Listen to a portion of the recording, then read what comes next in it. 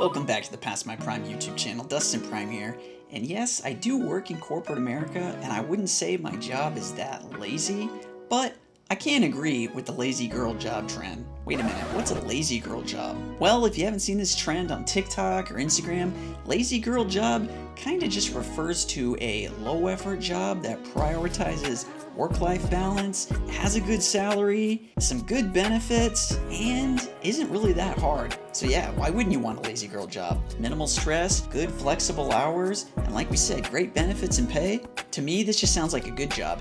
And I think that's kind of where the trend started to evolve to. And this really started to take off during the work from home boom back during the coronavirus. And I think a lot of those jobs that did get back into the office, they kind of kept that same mentality. You know, that really chilled, laid back feeling of being able to work from home. And recently this has evolved into that whole like office siren, office baddie phase. Alright, so if you're a girl and you're trying to land a lazy girl job, what are we looking for here? She's gonna break it down for us and tell us what to avoid. These are not gonna be lazy girl jobs. It can be easy to find a lazy girl job because the job descriptions give it away. When applying, avoid descriptions that say these 4 things. Number 1, wear many hats. I don't know about you, but I want to wear one hat. You do not want to be a generalist. You want a very specific and limited list of responsibilities. Number 2, and this for me is the biggest tell, highly collaborative work. That's code for you're going to be in meetings all day, micromanage, and have to run every single idea by somebody else. There's absolutely no need to be talking to other people all the time. 70% of the work should be individual. Number 3, when they ask you to submit more than a resume, like a video, an assessment, a personality test, or worse, an unpaid assignment. Unless it's a company you really want to work at, red flag, these people are doing too much. And lastly, we are a family. Red flag, that's a small team and they keep a close eye on each other, or they expect more from you out of the kindness of your heart as if you're not just there for money. Okay, I do agree with her on all 4 of those points. Number 1, wearing many hats. Yeah, that's kind of code word for you're gonna have to do a lot, you're probably gonna have to break out of your lane, you might have multiple managers, multiple leads, and they'll be expecting you to be responsible for like different areas, you know, different sorts of tasks and assignments. And yeah, for a lot of people, they don't want that. They want like one thing to be responsible for and that's it. And I can really see how if you were in a work from home position in one of these lazy girl jobs, you could definitely avoid that. Number 2, highly collaborative. Yeah, that's totally code word for you're just gonna be working in a team like the whole time. You're gonna be relying on other people, probably gonna have lots of meetings, lots of tag ups and status, or there's not enough people on the team, so everybody's gonna have to do a whole lot and expect a lot from each other. But remember, this is for lazy girl jobs, so we want no communication, no collaboration, like leave me the alone. Number 3, asking for more than a resume. I'm not sure. The hiring that we do, we don't really go for any sort of like extras besides, you know, maybe some references. So that one's kind of new to me. But I can see how if this was for something like a social media management type position or a marketing position or even some sort of creative role, they might want to see more than just a resume, you know, see other stuff that you've done before. But still, this is lazy girl job. We're not trying to show off too much. Remember, we're sticking to one responsibility. And then yes, number 4, we're like a family. I would say for most of corporate America, they might say that, but it's the exact opposite. You're just a number, you're just a butt in the seat, and they're not gonna have your back the same way a family would. So we don't wanna be too attached, we don't wanna be best friends with everybody, we don't wanna be like brothers and sisters, we're not a family, hey, we're just here for an easy job and collect that paycheck. And I definitely see how work from home positions really started to kind of push this as the new norm. You know, I'm not in the office. I don't want to do any of these things. All right, so we know what to avoid to get a good lazy girl job. So what's one of the easiest ones and one of the best ones and highly sought after? And I can speak to experience because I know a lot of people and a lot of women who have said these are the type of jobs they've been coveting. Jobs for the government. Yeah, looks like she's working in some sort of like archives area. Lazy girl job. Government jobs in your county come with amazing benefits, nice job titles, paid vacations, and not too much stress. Yeah, and there are so many positions that are still like this just because so many areas in like government archiving, data and things like that, they are just archaic. So I do agree with that one, and in the past I have known some ladies that have been trying to get moved over from, say, the corporate or commercial side into like the government side because those jobs do come with great benefits, they do have flexible hours, And one of the benefits that a lot of people enjoy, but they might not want to speak about, is that it is really, really hard to get fired. Like, I mean, you can almost do no wrong in a government position, and there's a lot of protections and things like that, so it's kind of hard to get let go for like poor performance. There has to be like serious documentation to kind of, build up some sort of record. But even then, most of it just involves being on some sort of performance plan so they can show, okay, we kept this employee around and we're trying to kind of boost them back up, get them to excel and be better. And yeah, I mean, these are governments for, like she said, county, but I mean, this is like county, city, state, federal. I would say now some of these lazy girl jobs could be in jeopardy because of the initiative that Doge is taking to really try to reduce down on waste and excess positions and redundancy. So maybe lazy girl jobs in the government isn't the way to go right now. But what are some of the best lazy girl jobs? Like, what are the golden grails that we would want to get? Well, back to our previous creator, she's going to tell us what to look for. If you want a lazy job, here are the 4 places you do want to work at. Starting with number 4, the corporate side of finance. Promotions and bonuses are pretty much guaranteed. It's easy to fly under the radar, your role is very structured, and you have a massive team to rely on. Number 3, the administrative side of academia. It's administrative, it's easy work, and it's low pressure. Number 2 is a popular one in the comments and so real. Government jobs. I've tried to break into government so many times and never landed a job. You know why? It's so good, no one wants to leave. Max level career security, notoriously slow pace, so no pressure to get things done quickly, and a lot of government positions now offer remote and hybrid. And lastly, the ultimate lazy job. Here we go. Government funded positions. Not government specifically, but a regular company where the role is government funded. These roles are never essential to a company. They were only recently created because they just got extra money. They're usually support roles where they're making it work for you as you go. I've worked 3 at this point and they were all completely remote, a couple hours of work a week, and super flexible. Just search for the programs in your area, but here are a couple in Canada. So number 1, finance. And yeah, I would say that in the positions that I've been in the finance teams that I've dealt with, I would say for the most part, they were majority female. But I would push back on that. Maybe that isn't such a lazy girl job. Because if you're not like on the individual contributor level, there can be a lot of responsibility that comes with that. And then her number 3, the admin side of academia, I can see that, working at a college, working at, like something like an elementary school, being like a front desk assistant, super low stress. And she did have it on her list, government again, and we already covered that one. So, I mean, maybe right now isn't the best time for a government job, but they have always been very lucrative and people were always seeking those types of jobs for the same reason she mentioned: job security, good benefits, and people like never want to leave those jobs. They get in, they're a lifer, and then on to retirement. And yeah, number 1, government funded. I see what she's talking about there. These are kind of like pop-up opportunities that would come into some sort of, organization. Hey, we got money to spend. So they kind of want to put like a butt in a seat or a butt at home in a seat and give like minimal tasking to that person. It's really just to help the company or that institution like collect that government revenue. And as bad as that is and how that sounds, I mean, that's kind of into number 2, that whole area where a lot of that is changing right now, so maybe avoid those types of positions. And I did find it surprising that like HR and talent recruitment wasn't in there. And so like here, a lot of these like shorts that you see, it just says lazy girl jobs are my fave. All you do is copy paste the same emails, you take a few calls, you get breaks, you get a nice salary. I mean, are these just not what anyone would want? Because yeah, if I was looking for a position, I would be after those same sort of things too. And yeah, I mean, if you could do that where you were working from home, there was a lot of people who, when that work from home boom started, they made a pact to themselves that they were never going back to the office. People loved not having like the dress code. They loved being able to have like their own food, their own comforts at home. I didn't necessarily agree with it. I was ready to get back into the office, but that was just also the program that I was on, and we kind of needed the face-to-face. But yeah, being able to wake up like 5 minutes before work's supposed to start and just kind of like roll into your desk and get started, get a cup of coffee and breakfast, sit there, eat it, and just start right away. I mean, it was super easy, and not having to have a commute was like a blessing. So that makes us ask again, I mean, is this specific to like lazy girls, or is this just what anyone would want? And is it really even that lazy? Or is it just stress-free? So I have one of those lazy girl jobs. That's why I make videos while I'm sitting at Target waiting on my order in the middle of the day. I work for a remote company. We have an asynchronous schedule and a lot of flexibility and a lot of trust. So I don't have to ask my manager if I need to go and get my hair done in the middle of the day. I just go. We have unlimited PTO and people take it. And we get paid well. And I can definitely get my job done within a normal 40-hour work week. And if it ever took me longer, I think my manager would definitely be talking to me to help me prioritize and make sure I wasn't overworked. And I am really over the whole lazy girl jobs trend because it is not lazy to expect a job like this.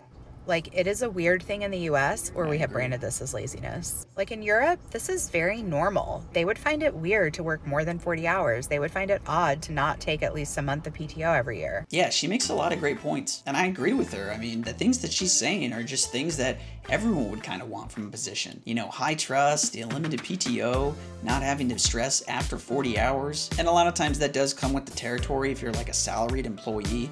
You know, it's kind of whatever you got to do to get the job done. And I do agree with that. Sometimes in my position, I do have to work a lot more than 40 hours, but that's usually when we're on like travel or if we're working out at site somewhere. A lot of times though too, we were getting paid overtime for that, so I definitely could not complain. But if I wasn't, then yeah, I would still be wanting to work like 40 hours and that's it. And she did mention like unlimited PTO, and there have been some people in positions where they had that capability who then said it's not what you think. She said people at her job do take it, but then I've heard the exact opposite. So it's kind of like a gotcha. They're like, oh, we have unlimited PTO, but then when you go to utilize it, it's like very, very scrutinized. Yeah, and in my time as a manager, I think the most people I've had was like 18 people under me, but I never had a problem if people needed to take off like time to go do things like errands in the middle of the day, doctor's appointments, you know. I can totally resonate with that. Sometimes there's things you just want to try to get done in like the middle of the day and not have to deal with it like after work. And I don't think that that would be an expectation for a lazy girl job. But wait, if you're enjoying this video, hit that free like button and then subscribe so you can stay informed, and drop me a comment. Do you know anybody in these lazy girl jobs? Are you a lazy guy in a lazy guy job? If so, let me know what it is. Leave it below. Now, back to the video. There's nothing lazy about expecting to have a job that pays you well, gives you good work-life balance, and doesn't overwork you. And no one in a lazy girl job is actually lazy, because the companies who do take care of their employees, sadly, because there are so few of them in the United States, they have really high standards for hiring. So no one is at these companies actually slacking off. It's fun to make videos of yourself going out to eat or getting your nails done in the middle of the workday. But at the end of the day, people in remote, well-paying jobs that take care of them are producing good results. Otherwise, they're not going to stay in those jobs. The whole lazy girl job trend is a lot like the quiet quitting thing. It is just another way for us to blame people for expecting decent work conditions in the United States. Anyway, I hope that you all find your lazy girl jobs, but I also know that you're not lazy and all of you deserve to have a job that takes care of you and treats you well. I don't have maybe as a negative opinion as she does about like everywhere in the United States, all these big companies, but I would agree that the sentiment in the workforce is that things have gotten a lot worse, especially within like the last like 4 to 5 years. And in my opinion, and in my generation, I think a big factor of that was the coronavirus, if you know what I'm talking about. And yeah, I mean, I don't think these ladies are that lazy. I love the administrative assistants that we have at my job, and I hope they get paid well. I mean, they do a lot of stuff, and they don't have necessarily like, you know, the most glamorous positions. There's a lot that they do that they probably do get kind of, you know, forgotten about, you know, somewhat underappreciated. And like she did say there, she's tired of seeing, you know, the whole hashtag lazy girl job, because, you know, there is probably a negative stereotype and like connotation to it. You know, she doesn't want to see people constantly posting the same thing. They're going out, getting food, getting nails done, you know, doing errands and stuff like that in the middle of the day. Because if you've seen a lot of these videos, they're almost like cookie cutter and they're like the exact same thing. You know, it's like the office baddies dressed up and, you know, she's got like some food, she's got her earbuds in, you know, all the captions are just, I'm trying to do the most minimal work possible. I'm taking tons of breaks, I get a nice salary. And there was this whole craze that kind of went hand in hand, like the whole office siren, office baddie type thing, where it's like, hey, I'm gonna get super dressed up, you know, the makeup, the hair, the nails, the jewelry, and hey, look at me, I'm just like the hot girl at the office. So it's like these two kind of went hand in hand. It's like the lazy girl job, but she's the office baddie. And yeah, I'm just looking at Pinterest all day while I twiddle my thumbs. Because I will say, some of the younger women that I talked to when we did get returned to the office and work from home was kind of over, a lot of them were like, yeah, you know, I'm happy to kind of be back in the office so I can at least like, you know, wear an outfit. And I can agree because it was the same way with me. Like I said, you know, rolling out of the bed with like 5 minutes until I'm supposed to be like at work and like working the whole day in like my pajamas, not even doing my hair and stuff. I mean, it was easy, but yeah, that shit got old. So I think it really just depends on who it is and their personality. You know, do they want to work from home or they want to kind of be back in that office atmosphere? And I will say, there are some office baddies at my work, and I think they know it too, and they try to kind of fit that role, and you know, hey, I'm for it, whatever. And so can like anything really be a lazy girl job? I mean, if the company works and the position works, you know, could it be a lazy girl job and kind of break the mold from the others that we've looked at? Yeah, maybe. Another day in my life of working towards a lazy girl job. I'm currently in grad school to get my MSBA, and I work part-time in sales. I'm pursuing analytics because although you can make a lot of money with sales, your day is spent mostly in meetings and on the phone. Just not what I want to do, because I want to be on my own time, maybe freelance a bit, and have time to pursue creative passions and side hustles on top of my actual job. Sales is a continuous grind that doesn't really stop. Analytics, on the other hand, I know people in data analyst roles who have a pretty good work-life balance. I've done a lot of research on what the day-to-day of job roles looks like, because a lot of us don't take this into account when we want to go into a field. We only think of money. But like, what does the day-to-day look like? Anyways, it's Friday. I got up at 5 a.m. because we're feeling the positivity in the air. And when that's in the air, we're going to be active because life can happen. Yeah, so getting up at 5 a.m., I don't think that's lazy girl, lazy guy. That's not lazy anybody. I'm not ready for that. But she said data analytics for her lazy girl job, like, goal. And she's trying to get out of sales. She doesn't want to do sales. And yeah, I mean, I can agree with her. You know, in a sales type position like that, you might be talking to people after work, on the weekends, you know, trying to set up meetings with people. You know, you're really pushing for that sale. So whatever you got to do, you got to kind of go for it. But still, in a data analytics role, I wouldn't see that being something that's like super lazy. And especially with the rise of like AI and things like that in data. So yeah, maybe on like an individual contributor level in a data analytics role. But if you really want to be successful and make good money, you really need to know your stuff. Yeah, because you don't want to get replaced by AI. So yeah, she seems to be evolving out of the typical lazy girl job into data analytics lazy girl job. So I hope it works out for her. But I could see how some of these lazy girl jobs would kind of get into a burnout phase. Like, you know, do you want to kind of keep doing this? Do you want this to be your career? Are you just going to be the corporate baddie forever? Do you want to do something different? You know, start your own business, start a different side hustle, you know, like this, pursue an influencer career. Yeah, or go back to school, get a master's degree, get a different degree. I don't think you can say just give up yet. But whether it's lazy girl job or like anything else, I could see how this burnout would start to happen. And maybe you would be ready for like a reset. This is how I went from 0 to 20,000 a month with my lazy rich girl job. A lazy rich girl job is about working smarter, not 40 plus hours a week. Let me take you back to my traumatic past. I was working in corporate for 4 years, cycled through 3 roles in those 4 years, working past 6 p.m. Endless pressure from upper level management, even cried in front of my 2 managers. Cried in front of them. After that call, the culture, things that we did didn't even change after that. That's when I realized corporate will never change. Started experimenting with side hustles, tried starting a home bakery, a photography business. I tried everything. Then I ran into a TikTok about UGC, started off as a UGC creator, and while I did make money, I realized I was trading time for money. My face was my brand. I'm literally selling my face and my personality to brands to want to work with me, which means I always have to put in work hours in order to make money. I realized if I ever wanted true time and financial freedom, the ability to not work and still make money, like go on a 2-month vacation, I had to scale. So I scaled into a 1-person UGC agency. And girls, let me tell you, that shift was everything. Instead of doing all the work myself, reaching to brands, editing content, now there are systems and platforms that do all of that for me. Once those systems were set up, now I'm here. I'm making more money than I ever did in my corporate job. I have no stress acne. So if you're listening and you made it to the end, I want you to know that my heart is with you. We're allowed to reset and restart your life as many times as you want. It's your life. Truly, any female can have a lazy rich girl job. Go kill it out there. So yeah, I mean, she kind of sums it up. She was trying to break out of that role. She didn't want to deal with, you know, the whole corporate lifestyle. It was getting old for her. Too much pressure, too many long nights. So she went after a UGC job. So what's UGC? It stands for user-generated content. So that's like content creators making things, marketing things for brands and things like that, you know, sharing it online, doing the marketing, getting, you know, videos out there, testimonials out there, you know, trying to be like a face for a product. And with Instagram and TikTok and other social media, I mean, this stuff has like never been bigger. So interesting, you know, she started her own agency.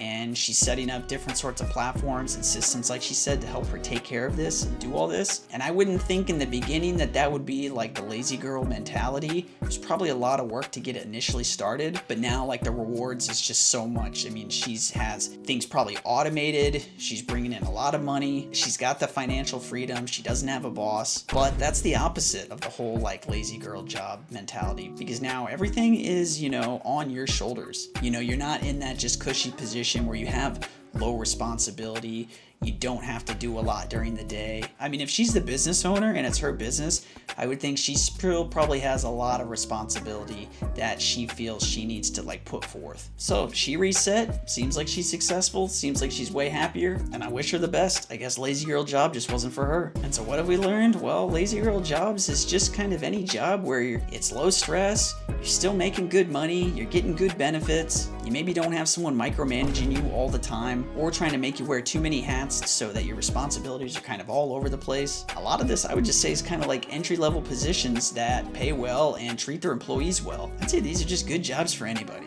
Or if they just want to be an office baddie, hey, I mean, that's a possibility too. It's appreciated. So what do you think? Lazy girl job? Are you for it or against it? Or should these just be called like comfy girl jobs? But that does it for this one. If you enjoyed the content we covered today, hit that like button and then subscribe so we can hang out again. Plus, if you leave a comment, I might feature it in one of my next videos.